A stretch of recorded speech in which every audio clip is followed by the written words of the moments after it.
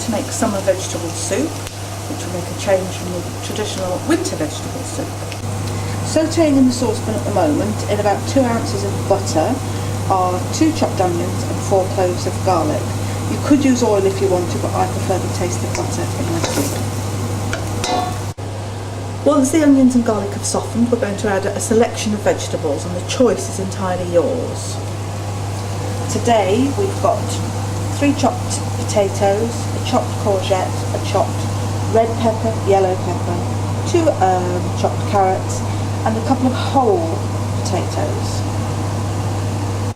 I've left some of the potatoes whole because we'll use those to thicken the soup when it's finished cooking. The onions and garlic are soft, so now I'm adding all the vegetables together so that they can start to cook. I'm going to make a big batch of soup, as I always do, so that we've got some to eat today and some to store in the freezer for a later date.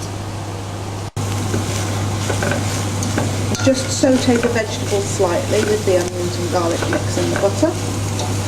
Keep that going for a few minutes. We don't want it to brown or discolour, we want to keep the nice fresh colours of the vegetables.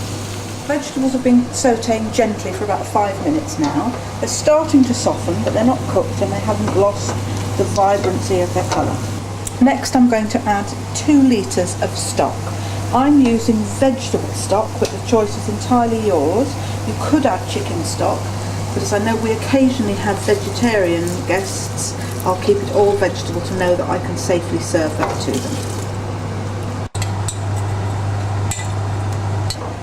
After giving it a good stir, I'm going to turn the heat up now to make sure the vegetables are cooked, and we can leave it safely for about 15 minutes.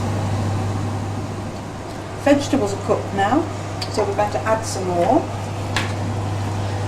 about half a dozen to 10 sliced mushrooms, and about 3 or 4 ounces of frozen peas. You can use fresh if you've got them, but we haven't, so stir those in.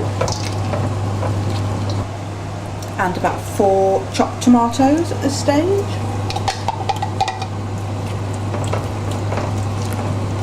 So now all the vegetables are added.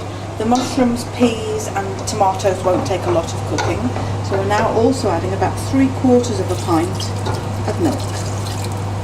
Stir that round and then leave it to simmer just for another 2 or 3 minutes.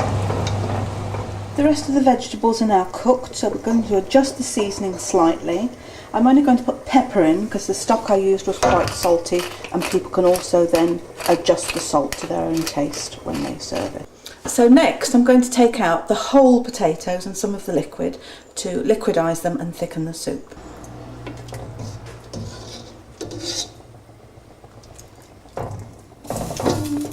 So I'm just going to pour the potatoes and some of the soup base into the blender.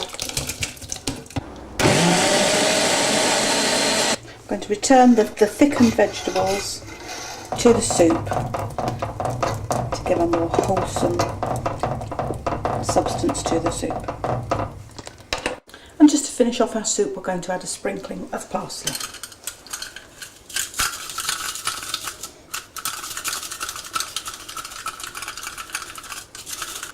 So our soup now is ready to serve, and with a little bit of luck we'll have some nice fresh bread rolls from the oven to go with it.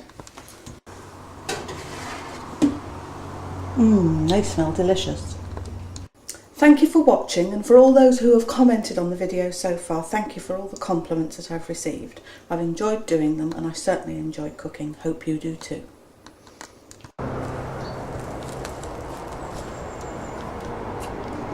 Summer vegetable soup.